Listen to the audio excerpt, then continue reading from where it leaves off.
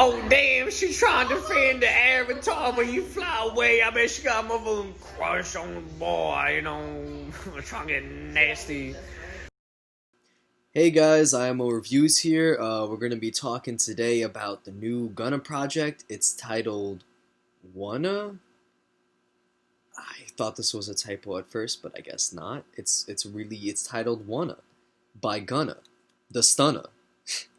Now Gunna first made some waves with his collaboration project Trip Harder. That was a collaborative album with Lil Baby. It was pushed forward by Future and Young Thug because they're both signed to the respective labels owned by both those artists.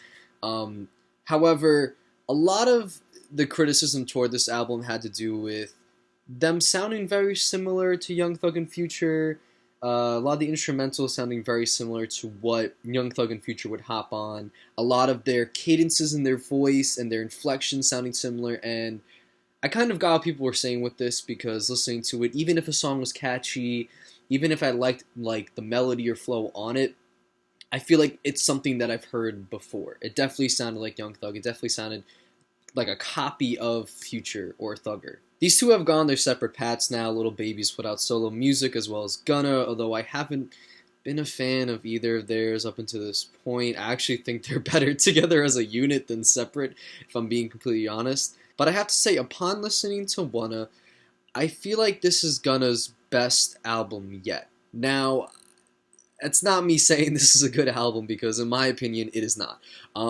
But I mean, it's his best in a sense of it's a slight level above the trash that he's put out before. It's like slightly above that. Like there's some improvements on here, such as the instrumentals are a lot moodier, have a much better vibe to them, have more details within the samples and the instruments worked into these trap beats that Gunna's working on.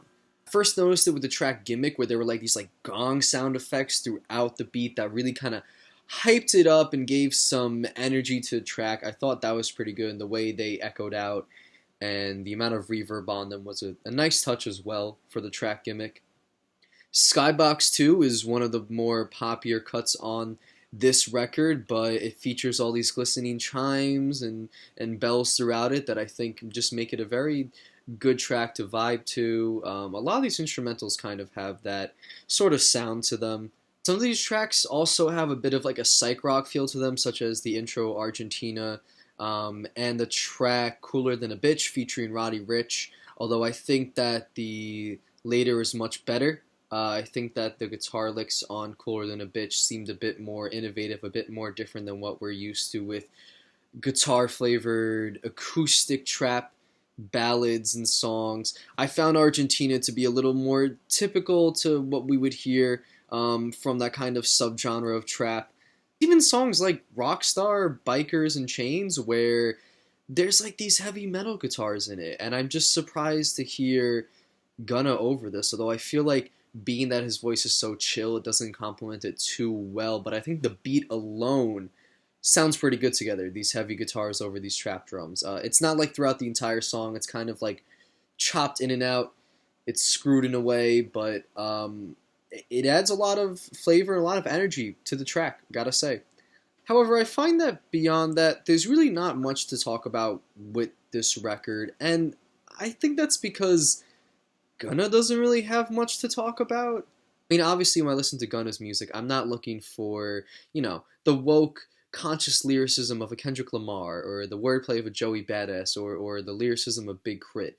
But it seems like here, it's really songs about nothing. For example, on the chorus of Argentina, you have Gunna rapping, "Me and Weezy, we mixin' hoes from Argentina and California. We was in a Bentley B, flowing up the street, playing one of our songs, yeah. Said if I gave her a beat, now they fucking up VIP, trying to see if we going. Been smoking shit, loud, this noise, swerving around in these toys, stack a load of funds, diamonds on my thumb, make her pussy come, 200 in a month, know she getting some, she sucked till it's numb. We spent this shit for fun. Isabel Marant, yes, Saint Laurent." It just seems like he's kind of name dropping the typical things you would hear in a rap song, such as clothing brands, stacks of money, hoes, pussy, working with these producers. But I feel like it's it seems so incoherent because the way like one part of it flows to another, it's not even like it's one topic to the next. It's kind of just like at random throughout many tracks on this project.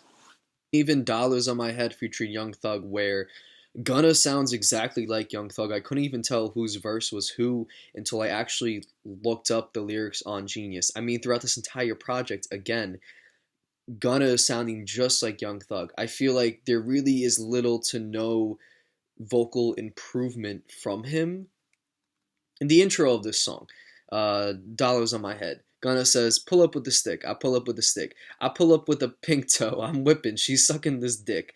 I put some diamonds on her toes. Let that hoe know that I'm rich. We was used to pull in kick doors.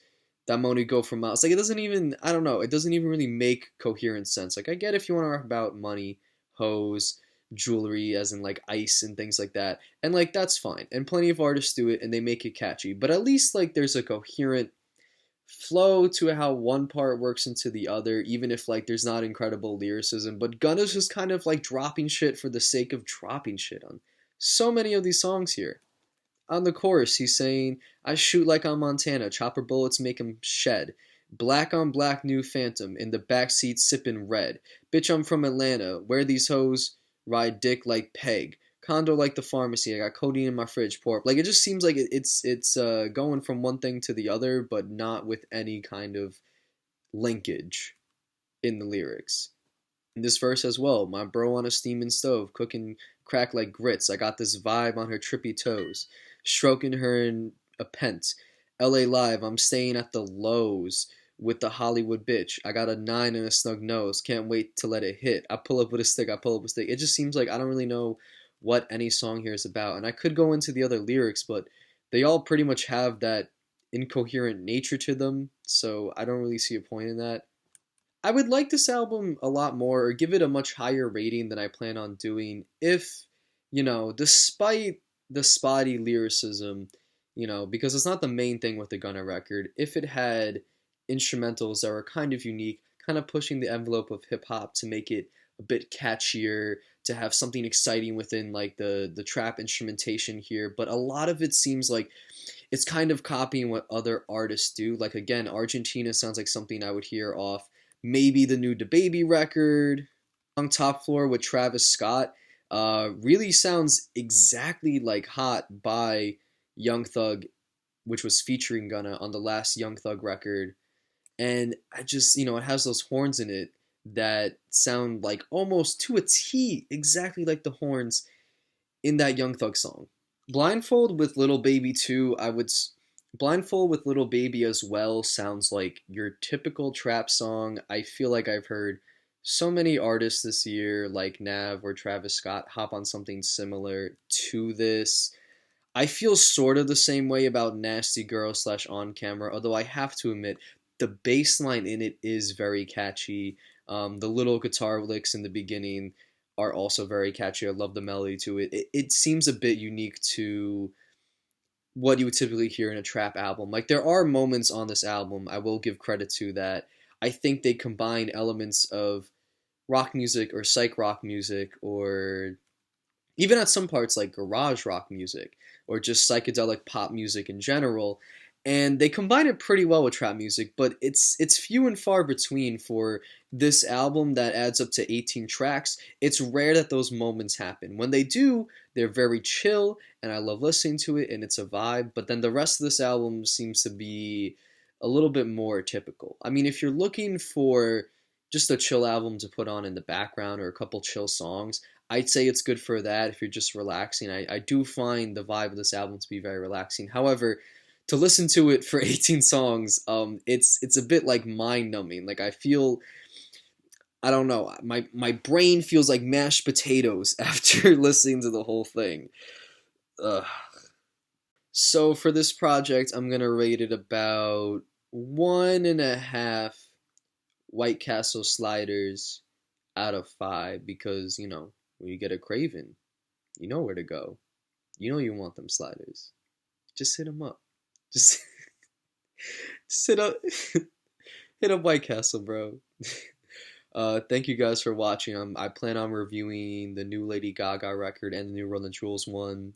Both seem very exciting to me. I've heard good things. I want to see what the hype is about, so I'll check it out. In the description of this video, in the bio, we're going to have some links to places you can donate money to help fund and support Black Lives Matter movement, because it's something that's very near and dear to me and something that I think really needs to change and progress in America. So if you feel inclined to do so, please donate to those, and thank you guys for watching.